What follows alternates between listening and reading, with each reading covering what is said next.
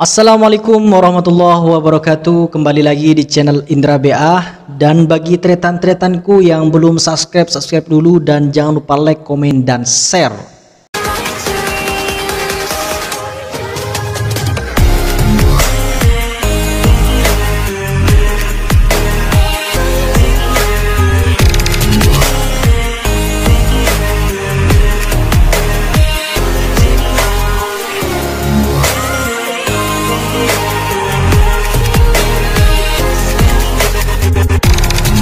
Oke teman-teman, kali ini spesialnya saya konten podcast lagi. Jadi saya ingatkan kepada teman-teman kalau di channel Indra BA ini bukan hanya sekedar konten podcast, tapi juga ada konten parodi, konten cover, dan juga konten tilawah. Pokoknya banyak. Jadi teman-teman harus subscribe. Oke, biar tidak terlalu lama dan terlalu banyak bicara ya. Di sini saya kedatangan salah satu narasumber yang sangat spesial kali ini. Di sini ada sahabat Fathul. Oke, gimana nih punya kabar? Alhamdulillah sangat bersyukur sekali masih bisa dipertemukan dengan seorang besar menurut saya ya, sahabat Indra dari dulu,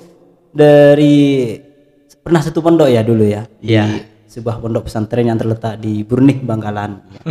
Alhamdulillah, bagaimana juga kabarnya Indra? Alhamdulillah sama-sama baik ya.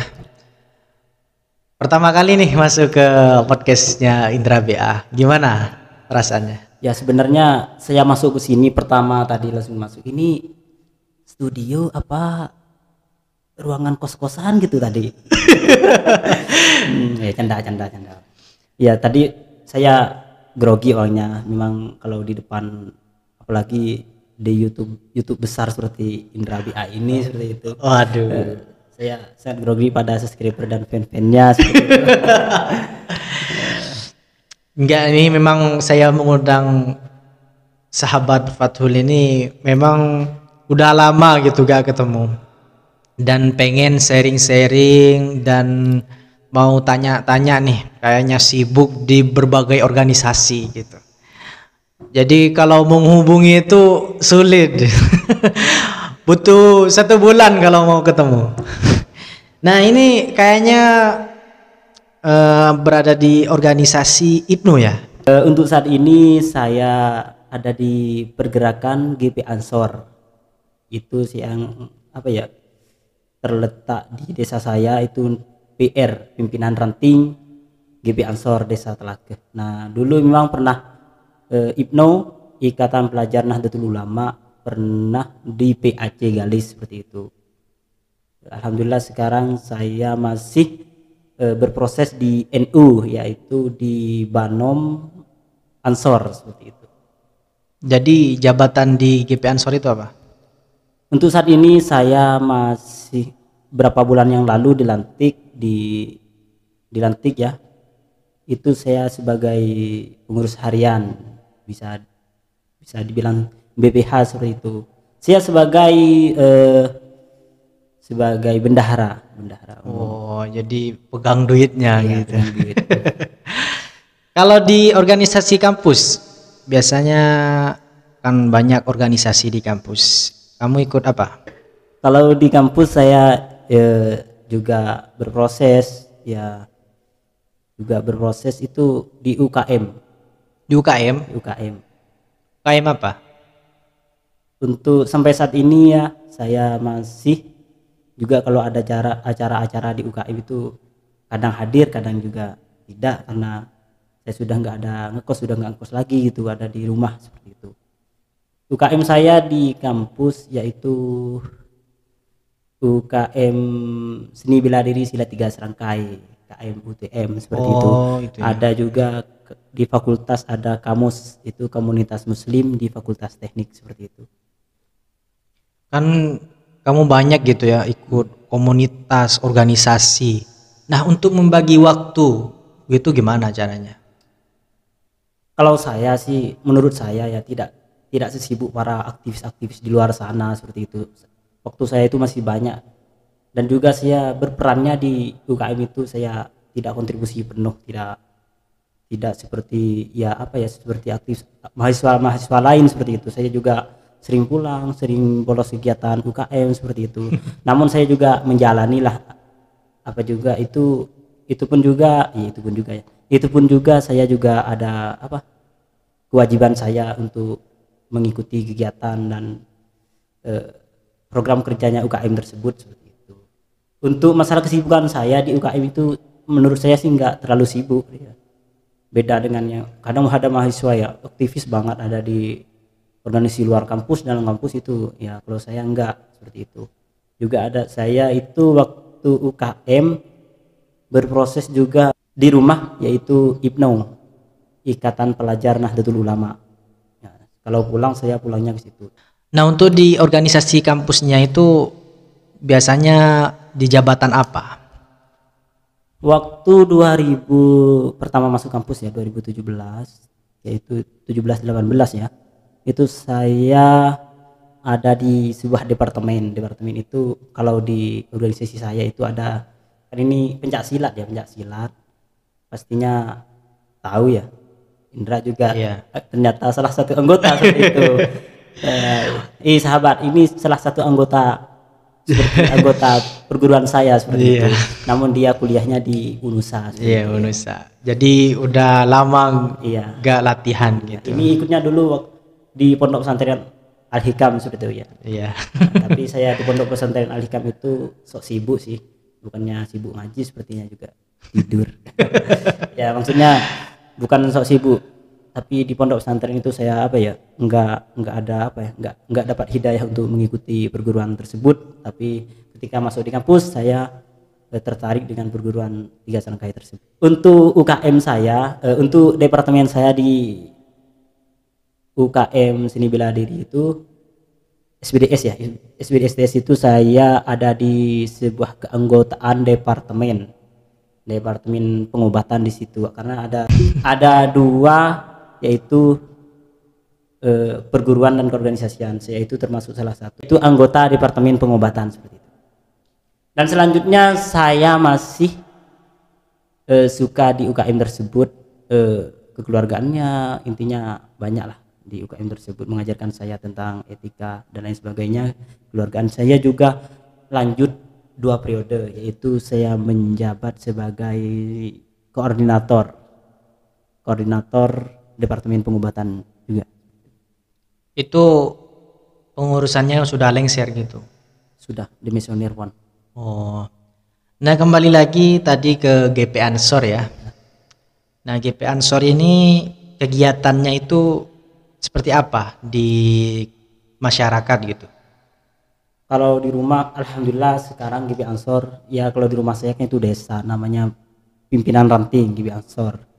Saya berproses di NU sekarang ya, alhamdulillah banyak program-program dan sudah banyak kelihatan oleh masyarakat di rumah. Pengabdian alhamdulillah sudah banyak dilihat orang seperti program lampu penerangan jalan itu juga apa ya, juga jadi kayak membina desa gitu ya. Juga ya bisa dibilang seperti itu ya di desa seperti itu. Juga itu apa ya, kontribusi juga ke kepala desa seperti itu. Untuk kegiatan apa namanya, rutinitasnya itu apa? Untuk rutinitas di GP Ansor itu sebuah Banom NU yang masih menegak kokohkan ajaran-ajaran ahli sunnah wal jamaah, juga para muassis NU yang sudah menjadi tradisi atau rutin dari para kiai dahulu, yaitu seperti tahlil. Pertemuan kita di GP Ansor itu setiap bulan. Jadi setiap bulan 1 kali, itu namanya majelis zikir dan sholawat Rijalul Ansor seperti itu. Itu setiap kepengurusan di rumahnya masing-masing, bukan rumahnya masing-masing, bulan ini di rumahnya ini, bulan ini di rumahnya ini, seperti itu. Dan acaranya seperti tahlil, istighosah ya, surah Anam seperti itu, doa. Jadi dulu sebelum masuk ke pengurusan GP Ansor ya, itu gimana cerita awalnya? Untuk dulu saya memang pas ikut IPNO, saya itu memang suka banget dengan organisasi Banom NU yang seperti itu. pokoknya cinta banget seperti itulah. Dan saya juga sesudah demisioner dari Ibnu itu saya ingin melanjutkan ya. Di atasnya Ibnu itu kan ada kakak adalah yang bisa dipanggil sahabat ya, itu adalah Ansor. Nah di situ saya berproses juga di Ansor seperti itu. Dan kebetulan pas saya pengurusan saya di desa saya itu pertama dilantik, juga pertama berdirinya PR di Desa Telaga seperti itu, dan sampai sekarang masih berjalan kurang lebih setengah tahun. Nah, saya lihat di YouTube kayaknya kamu pernah cover lagu gitu ya. Kalau di YouTube saya itu cuman iseng-iseng sih, tidak ada niatan, maksudnya itu cuman hobi-hobi deh, kalau mengejar jam tayang atau subscriber itu saya sebenarnya itu banyak klaim hak cipta YouTube saya seperti itu. Jadi saya cuman hobi-hobi seperti itu. Oh, jadi YouTube itu hanya dijadikan hobi gitu ya. Nah, untuk kedepannya Pak, seumpamanya YouTube-nya itu rame gitu, mau dikembangkan lagi apa cuman ya sekedar hobi gitu? Apa nanti fokus kedepannya buat YouTube diaktifkan lagi gitu, buat cover terus setiap harinya gitu, atau enggak? Untuk YouTube ya, kalau bicara YouTube saya itu tidak terlalu fokus juga, cuman ya sekedar hobi. Untuk kedepannya itu biarlah berjalan kita sendiri seperti itu. Untuk kedepannya di YouTube itu ya mungkin saya juga kalau masih hobi, kalau saat ini masih hobi sih untuk cover lagu, apalagi yang tren Arif gitu ya. Nah, kan biasanya konten nyanyi nih atau cover di YouTube. Nah, dari subscriber saya ini pengen banget dengerin langsung gitu suara kamu gitu. Coba sedikit saja, cuman biar subscriber gitu. Lagu apa ya? Pokoknya apa gitu yang bikin teman-teman nanti wah ini memang bener-bener sang cover lagu yang wow gitu. Hilang pandangan di dalam mata, bayanganmu menepi di angkasa. Entah berapa lama kau di sana, sehingga diriku ingin bersua. Waduh, memang suara emas ya. Jadi enak. Kasih tepuk tangan dulu. Males ya guys. Gimana tadi teman-teman? Dari penilaian 5 sampai 10 berapa? Kalian komen di bawah. Kayaknya punya channel 2 ya, channel 2 YouTube. Itu punya siapa satunya? Oh, itu yang kemarin ya. Sudah lama itu channel sebuah pendidikan. Bukan pendidikan apa ya? Kreasi santri di rumah, yaitu sebuah madrasah pendidikan ibtidaiyah di dia. Mit Raudatul Ulum seperti itu. Itu juga saya yang megang seperti itu. Oh, punya madrasah itu. Punya madrasah, tapi saya yang megang. Identitas juga punya saya seperti itu. KTP dan lain sebagainya, seperti nomor rekening juga. Kayaknya sudah keluar iklan ya. Iya, ya kalau masalah keluar iklan tidaknya, sekarang YouTube memang semua dikasih iklan oleh YouTube, itu peraturan baru. Namun iya sudah dimonet YouTube Raudatul Ulum gitu ya. Nah, perjalanan di YouTube Raudatul Ulumnya ini gimana awalnya? Kok sekarang bisa dimonetisasi? Itu awalnya gimana? Untuk YouTube saya yang bernama Mufathul Official itu dan Mit Raudatul Ulum sebenarnya lebih duluan Mufathul Official seperti itu. Namun yang saya fokuskan itu yaitu yang Mit Raudatul Ulum, karena kontennya juga setiap tahun ada, kontennya setiap tahun ya, setiap tahun, tapi setiap tahunnya itu ada 20 konten, ada hingga 25 konten seperti itu, karena itu acaranya di setiap tahun seperti itu. Namun alhamdulillah di kreasi-kreasi tersebut banyak orang yang menyukai hingga dimonetisasi YouTube tersebut seperti itu. Nah, dulu saya itu asal upload. Dulu pernah saya buat YouTube itu tidak tahu kalau penghasilan. Ya. Tahu sih kalau YouTube itu punya bisa berpenghasilan, tapi tidak tahu caranya seperti itu. Dulu saya itu buat akun 2019 Iya. buat akun itu video 12 langsung saya upload barengan satu hari. Tes. Ya, Langsung terus barengan itu ya seperti itu. Soalnya saya tidak tahu kalau uploadnya gini dan di share ke mana-mana, tidak, cuman asal upload saja seperti itu.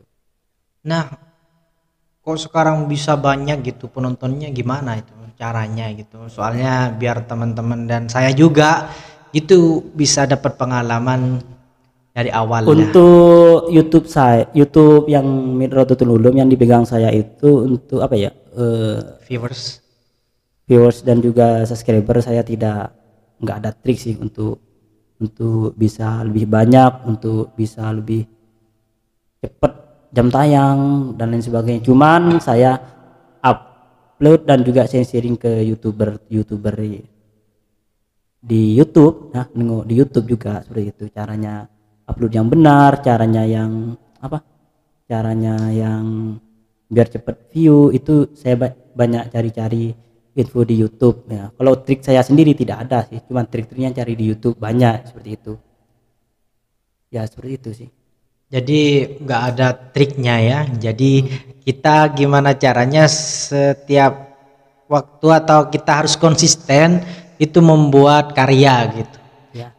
Artinya kalau kita sudah membuat karya, kita nggak harus ada trik-trik gini, trik harus biar dapat banyak views, tapi gimana caranya kita mengupload video itu sesuka kita gitu. Iya, sesuka kita. Sesuka kita itu artinya bukan karena apa, hobi kita itu apa yang mau di upload di YouTube.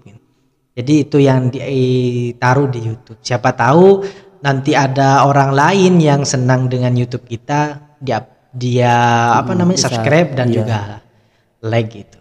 Iya seperti itulah kurang lebihnya seperti itu. Ya. Terus untuk yang punya saya itu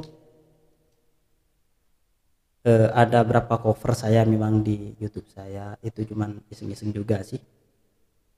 Rekodnya ke online, cari-cari online. Rekodnya ke teman saya, kadang dipakai, kadang ke studionya Indra seperti itu. Kalau ke studio saya hancur. Itu di studionya Indra yang judulnya Rindu Nabi seperti itu. Rindu Nabi itu di studionya Indra, kalau mau coba guys. Lihat nanti di YouTube ya. Nah, selain YouTube ini kegiatan sehari-harinya apa juga? Kalau untuk saat ini saya untuk saat ini ya. Kalau saat ini saya di rumah ya kalau di rumah saya ya bermain sama teman-teman, ya masih rangkai cerita lah, masa muda. Ini saya belum tua loh guys. Iya. Masih muda banget seperti itu. Saya masih mencari pengalaman, mencari cerita untuk tidak dewasa seperti itu. Dan dia juga cari pasangan guys. Bagi subscriber saya yang mau sama dia, Astagfirullah. di situ ada email saya, tinggal email. Untuk di rumah ya bantu juga sekolah di rumah, bantu guru saya juga. Jadi guru di situ ya? Cuman membantu sih kelas-kelas bawahnya seperti itu. Jadi guru juga. Guru apa itu? Saya juga itu sedikit membantu, ada ya yang tadi di Madrasah Rodotul Ulum dan juga SD ya, SD. Oh, jadi dua ya. Jadi cuman dia membantu, tidak full 1 minggu sih seperti itu. Tapi itu bagus lah. Artinya bisa mengisi luang waktunya dengan mengajarkan ilmu yang punya, biar manfaat gitu ilmunya. Iya. Nah, kembali lagi ke organisasi ya. Iya. Tadi saya mau minta kesan dan pesannya untuk teman-teman yang juga berproses di semua organisasi. Jadi tidak menyangkut pautkan satu organisasi, tapi di seluruh organisasi. Ya, berproseslah di organisasi-organisasi dan janganlah pernah membesarkan namanya sendiri di dalam organisasi, namun besarkanlah organisasi tersebut seperti itu. Pasti nanti proses yang akan membawa kamu kesuksesan seperti itu. Oke, jadi itu adalah motivasinya, guys. Oke, terima kasih kepada sahabat Fathul yang sudah mau datang ke sini dan meluangkan waktunya untuk bisa berbincang-bincang dan menanyakan tentang pengalamannya. Oke, semoga bisa bertemu kembali di episode selanjutnya. Terima kasih. Oke, assalamualaikum warahmatullahi wabarakatuh.